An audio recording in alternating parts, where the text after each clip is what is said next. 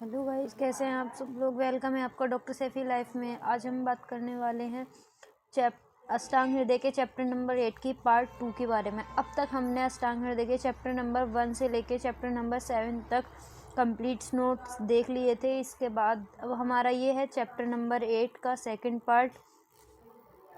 इसमें हमारा यहाँ तक हो गया था विलंबिका तक। अब इससे आगे की हम बात करते हैं।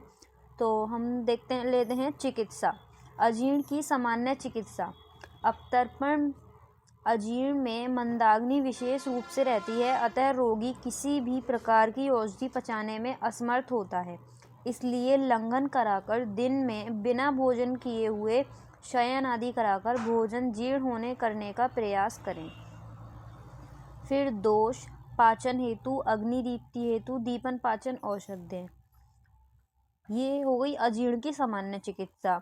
अजीर्ण के रोगी को, और इसमें नोट है कि अजीर्ण के रोगी को अतिशय पीड़ा होने पर भी शूलनाशक औषधि नहीं देनी चाहिए, क्योंकि मंदाग्नि के कारण वह किसी भी औषधि को पचाने में असमर्थ होता है।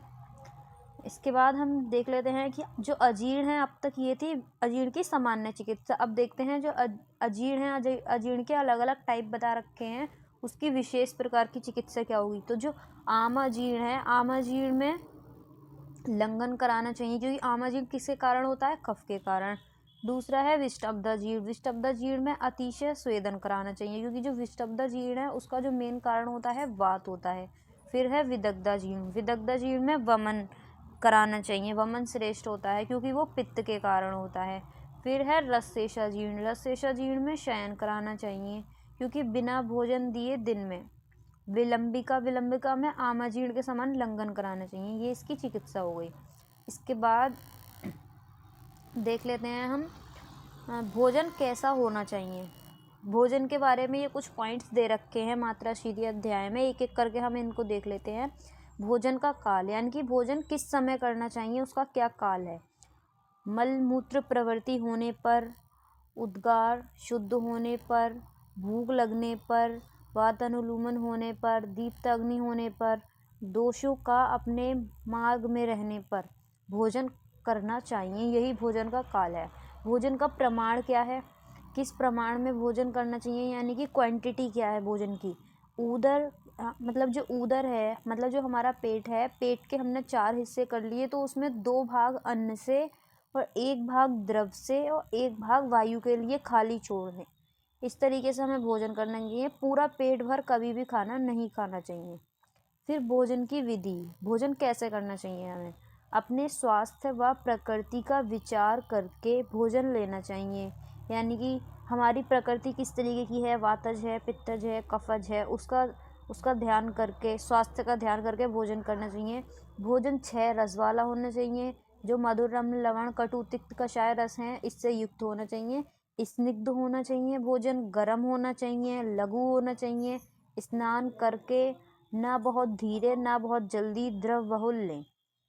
इस तरीके से भोजन करना चाहिए। ये है भोजन की विधि।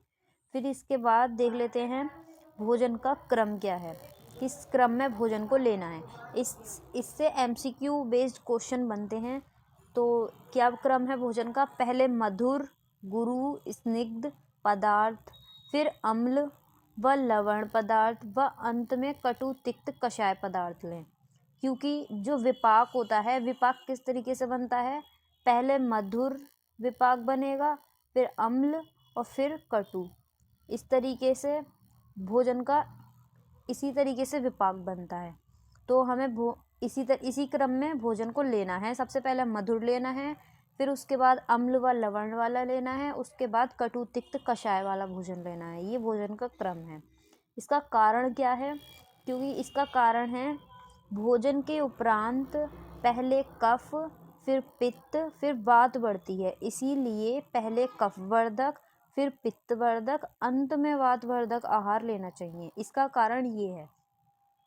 इसके बाद है प्रतिदिन सेवनीय आहार, यानी कि ऐसा आहार जो हम डेली सेवन कर सकते हैं। वो क्या है? शाली चावल, गेहूँ, जौ, जंगल मांस, हरण यानी कि हरित की, आंवला, मूंग की दाल, घृत, शर्करा, दूध, मधु, अनार, सेंधव, इनका नित्य प्रयोग करना चाहिए। ये प्रतिदिन सेवनीय आहार हैं। और ऐसा आहार जो हमें डेली सेवन नहीं करना चाहिए वो कौन कौन से हैं, तो देख लेते हैं। प्रतिदिन असेवनीय आहार: दही, उड़द, अंकुरित धान्य, सेम, पिष्ठी, मैदा से बने हुए पदार्थ, सेम, अपक्व मूली, फाड़ित यवक, शुष्क मांस। कभी खाना चाहिए, रोज़ नहीं, कभी कभी खाना चाहिए, कभी, डेली हमें इनको नहीं खाना चाहिए। जैसे चाउमीन, मोमोज़ वगैरह हैं, इनको हमें डेली नहीं यूज़ करना है, कभी कभी यूज़ करना है। दही का बहुत कम, कभी कभी यूज़ करना है। उड़द का भी कभी कभी यूज़ करना है। और बाकी ये सब जो दे रखे हैं इनका हमें कभी कभी यूज़ करना है, डेली यूज़ नहीं करना है। फिर देख लेते हैं अनुपान। ये रेफरेंस याद रखना कि अनुपान का जो वर्णन है वो कहाँ आया है, अष्टांग हृदय में सूत्र स्थान के 8वें अध्याय मात्राशी के अध्याय में अनुपान का वर्णन किया गया है। अनुपान का जो श्लोक है वो भी आप याद रखें। अनुपान इम्पोर्टेंट है। तो विपरीतम यदनस्य गुणे स्याद विरोधी च अनुपानम समासेनम सर्वदा तत्स्पृश्यन्ते। जो द्रव्य अन्न के गुणों से विपरीत होते हुए भी अन्न के साथ विरोधी नहीं होते, अनुपान कहलाते हैं। अनुपान यानी कि अनुपान जो है वो जो है 2 वर्ड से मिलकर बना है, अनु और पान। तो जो अनु होता है, अनु का मीनिंग होता है पश्चात, और पान का मतलब पीने वाला। जो खाने के बाद यानी कि पान यानी कि भोजन के पश्चात जो हम लेते हैं वो होता है अनुपान। तो जो द्रव्य अन्न के गुणों से विपरीत, यानी कि जो भोजन नहीं है, यानी कि अन्न नहीं है, अन्न के गुणों के विपरीत है लेकिन विरोधी नहीं है, तो वो क्या कहलाएगा, वो अनुपान कहलाएगा। अनुपान से लाभ क्या क्या होते हैं? अन्न का सर्व शरीर में फैलना, अंगों में दृढ़ता, ऊर्जा, तृप्ति और क्लीनता व पाचन करना, ये अनुपान से लाभ है। फिर इसके बाद अनुपान के अयोग्य रोगी, मतलब कौन कौन से ऐसे रोगी हैं जिनको अनुपान नहीं लेना है। तो श्वास, काश, पीनस, ऊर्ध्व जत्रुगत रोग, लगातार बोलने वाले रोगी, प्रमेय, व्रण, गल रोग और अक्षिरोग, इन जिस भी व्यक्ति को ये रोग हैं उनको अनुपान नहीं लेना है, वो अनुपान के अयोग्य हैं।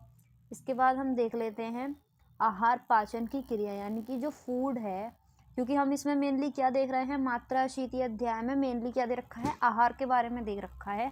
तो आहार का पाचन किस तरीके से होता है, क्या क्रम है आहार के पाचन का, तो वो हम देख लेते हैं। ये आपको आना ही चाहिए। तो सबसे पहले क्या है, आहार हमने लिया, भोजन हमने लिया मुख के द्वारा, तो उस पर सबसे पहले क्या वर्क करेगा, प्राणवायु वर्क करेगी और फूड को हमारे आमाशय यानी कि स्टमक में लेके जाएगी। स्टमक में हमारा किस चीज़ का स्थान है, क्लेदक कफ का, समान वायु का और पाचक पित्त का। क्लेदक कफ क्या करता है, क्लेदन कर्म करता है। समान वायु क्या करती है, अग्नि का संदूषण करती है। और जो पाचक पित्त है वो क्या करता है, पाचन करता है। ये सारी क्रिया कहाँ हो रही है, ये हो रही है हमारे स्टमक के अंदर। फिर स्टमक के बाद जो भोजन है वो कहाँ जाएगा, ग्रहणी क्या, ड्यूडेनम, मतलब ये फूड लिया हमने, तो फूड यहाँ से आया, फिर यहाँ पे स्टमक है, स्टमक में रहा, स्टमक के बाद जो ये ड्यूडेनम है सी आकार की, ड्यूडेनम में गया। तो ड्यूडेनम में जाने के बाद क्या रहता है, ड्यूडेनम में जठराग्नि कार्य करती है। जठराग्नि जो है संघात भेद से जठराग्नि का कार्य होगा, तो उससे जो भोजन है, भोजन 2 भागों में विभक्त हो जाएगा, एक तो आहार रस और एक किट्ट भाग। आहार रस और किट्ट भाग, यानी कि एक तो रस बन जाएगा और एक मल भाग बन जाएगा। तो जो आहार रस है उसका देखना है हमें। तो जो ग्रहणी है, ग्रहणी पे जठराग्नि का जब वर्क हुआ तो उससे आहार रस बना। आहार रस पे फिर क्या होगी, पंच महाभूत अग्नि जो है उसकी क्रिया होगी। महाभूत अग्नि से भूताग्नि पाक होगा भोजन का। भूताग्नि पाक के बाद व्यान वायु जो है, जो व्यान वायु का वर्क क्या है कि जो हमारा आहार रस बना है उसको पूरे शरीर में लेके जाना। तो जो व्यान वायु के द्वारा सर्व शरीर विक्षेपण एवं शोषण होगा। फिर इसके बाद जो आहार रस है उस पर धातु अग्नि की क्रिया होगी। सबसे पहले है जठराग्नि, फिर उसके बाद है भूताग्नि, फिर उसके बाद है धातु अग्नि, लास्ट में धातु अग्नि की क्रिया होगी।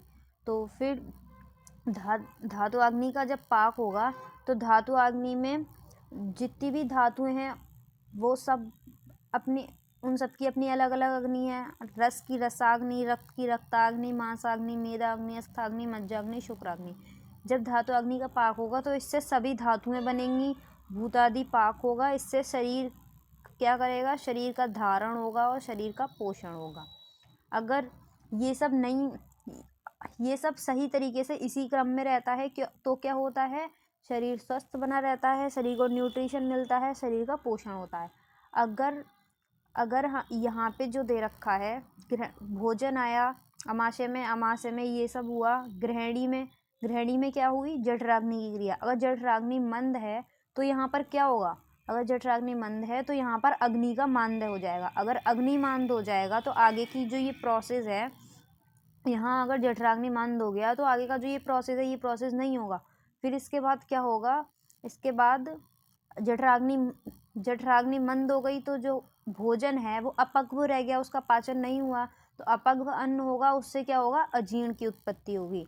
अजीर्ण कितने प्रकार के बताए, आमाजीर्ण, विदग्धाजीर्ण, विष्टब्धाजीर्ण और रसशेषण। इस तरीके से अजीर्ण की उत्पत्ति होगी, ये अजीर्ण उत्पत्ति क्रम है। तो इस तरीके से रोग की उत्पत्ति होती है। आई होप आपको अच्छे से समझ में आया होगा। अगर वीडियो अच्छी लगी हो तो प्लीज़ वीडियो को लाइक, शेयर और चैनल को सब्सक्राइब करना ना भूलें। मिलते हैं नेक्स्ट वीडियो में। Thank you.